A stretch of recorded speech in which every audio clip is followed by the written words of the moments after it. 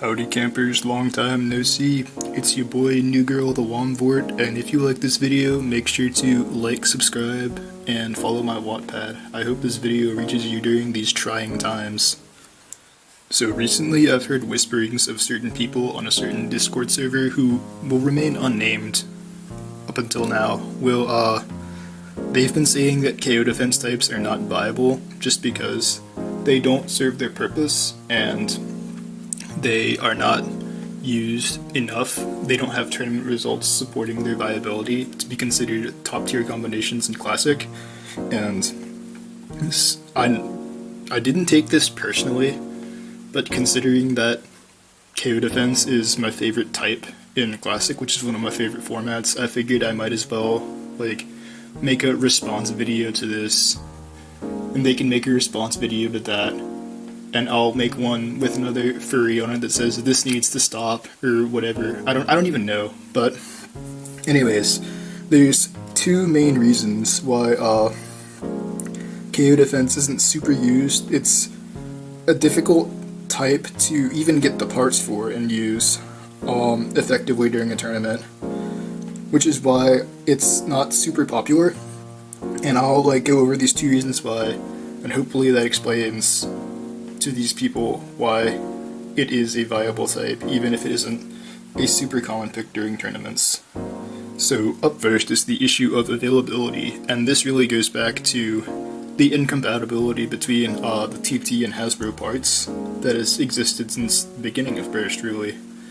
And in that sense that they have a very limited selection of viable parts to choose from. On the TT side, we have pretty much only had Gigant Gaia as the only viable KO defense layer for quite a while, actually, just because it is one of the best at what it does.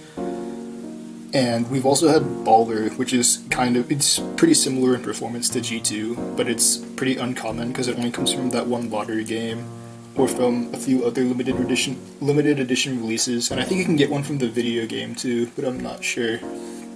But so basically, until the release of Keep Dash, these were the only two viable KO defense layers in Classic. And when Keep Dash came out, the stronger spraying allowed for layers with less burst resistance than G2 and Balder to be viable. And the three prime candidates for that are Wolborg, Kaiser Kirbyus, and Wyvern. All of these have pretty solid defensive abilities aside from their burst resistance, and Keep Dash puts them on I'd say the lower side of the top tier for KO defense, but I still believe that Balder and G2 are better at KO defense than any of these would be, even on Keep Dash. And last but not least, we have the recently unbanned Dark Death Scyther, which is, in essence, really a KO defense layer that also has good destabilization and decent stamina, which allowed it to work well on a burst defense tip. I guess if you've watched that last tournament footage video of the Classic tournament in LA, just imagine JoJo's Balder on Zeta Dash, except with more stamina and also the ability to outspin Revolve consistently, and you'll have basically what this thing is on Orbit. But yeah, despite having such a limited layer selection, even though it's been slightly improved over the past few months, I guess, they have a pretty large selection of drivers to work with, that being Unite and Unite Dash, which I don't have, but I do know it exists. Bite, which I also don't have, because it has pretty much the same release as Balder. It's difficult to get, or limited edition, or it's not too difficult anymore, but it's still an uncommon part to come by, just because of how it was originally released. And then we have Keep and Keep Dash, which may or may not both outclass Bite. Keep Dash definitely outclasses Keep, but I'm not sure how either of them compare to Bite. But I also think there's another rubber defense-ish driver that was released for Sparking or Super King or whatever it's called, that I don't know the name of, but I think there's another rubber defense driver that's coming out with that. That's supposed to be good for KO defense, so that's another driver option for them.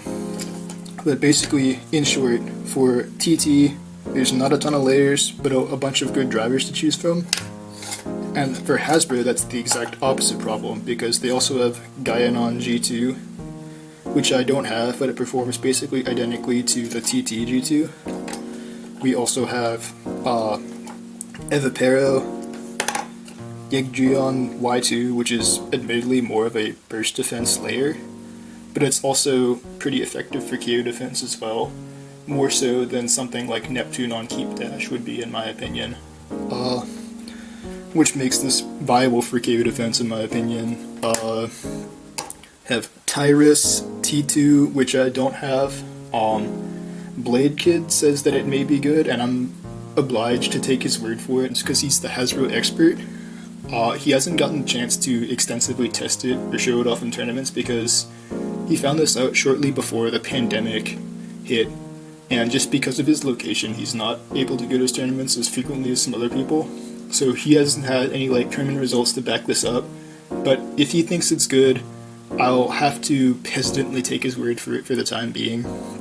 And speaking of Blade Kid, Unicrest, which is also something I am not totally sure should be considered top tier for KO defense, but he has, using it on Unite, he has used it to defeat a V2 Extreme combo in the hands of 1234 Beyblade, who's a pretty capable player, so this definitely deserves some recognition for that at the very least. And finally, similarly to the Takaratomi D2, Jormunter J2 has also been unbanned as well, meaning that this will probably also see use as a KO defense layer as well, even though from my testing I found it slightly more susceptible to KO than the TT D2 is.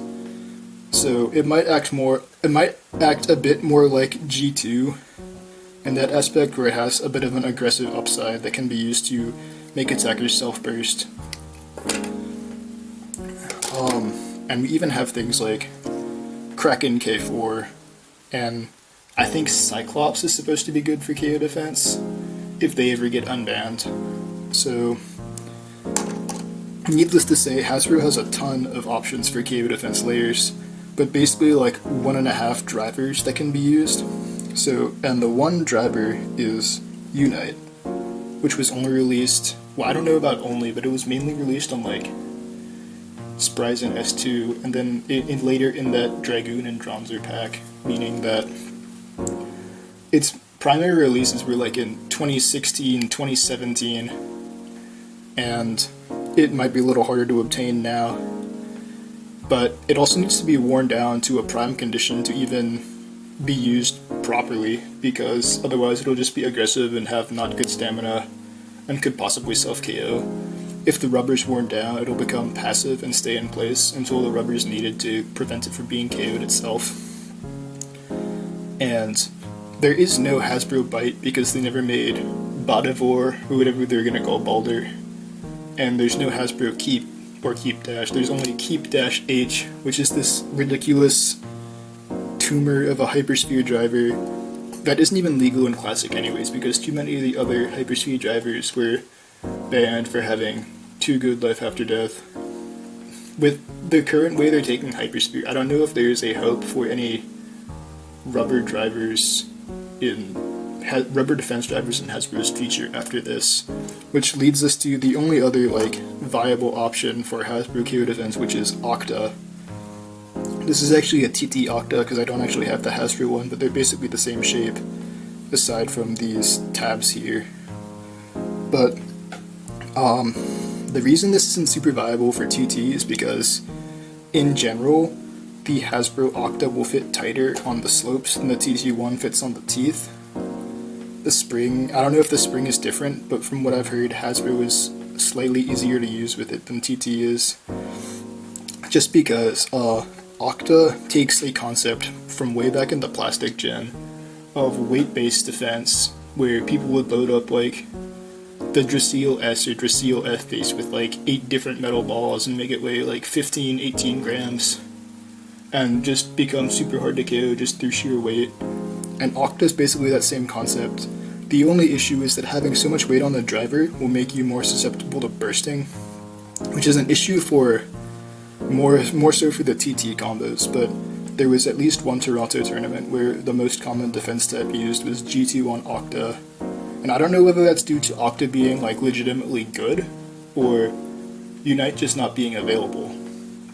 But either way, I thought it was worth mentioning as well. And the other reason that you don't see KO defense types used a lot during tournaments is just because of like the more meta situations in which they would even need to be used to begin with. So if you check out this video, which I did, I want to say almost a year ago, about the different subtypes of attack and defense in Classic and how they all work, there's a segment about KO defense, and I have like this whole type triangle thing. It's kind of a long video, but I'll put the timestamp here if I remember.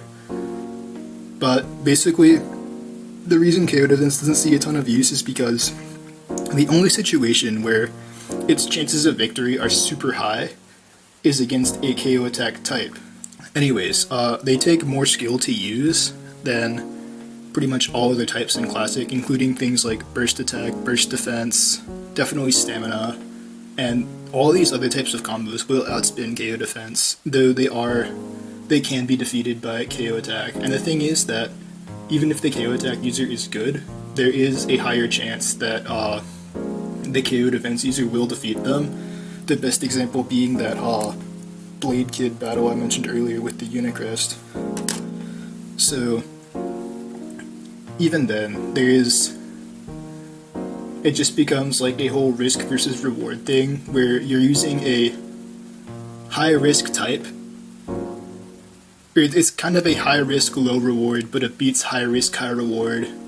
So it all depends on how risky you're feeling to counter your opponent's risk. And it just becomes like a whole mind game of not needing to use it for the most part, but sometimes you have to. It is more common to see these combos during deck format though, because it's also more common to have something that they'll directly counter in an opponent's deck. But basically, not a lot of people are willing to take the risk of using KO attack during the first stage, meaning that there's not a huge demand for KO defense in the first stage to counter those types of strategies. Both types are a lot more common during the final stage, but even so, other players might rely on anti-attack types, or just some other kind of combo to possibly defeat KO attack instead and serve some other purpose. So these are a niche combo, but they are very good at what they do, and that is basically why they deserve to be top tier. This seems like really petty making a video just for this, but I really think that once you start to think about the game on like a more meta level with strategies and all these different play styles and how they interact, as well as all the different combos, it starts becoming like, oh, maybe I can use this part in this way, or this part is good, just all these other factors need to be in place for it to be properly used. And I think once you start realizing that, you can become a much better player in terms of making combos and using them correctly during tournaments. I don't know where I'm going with this, but this has been my first video in a while, so I'm pretty rusty. I'll maybe make another one, maybe not. I don't know. It'll probably be a classic one, but either way, I'll maybe see you guys next time.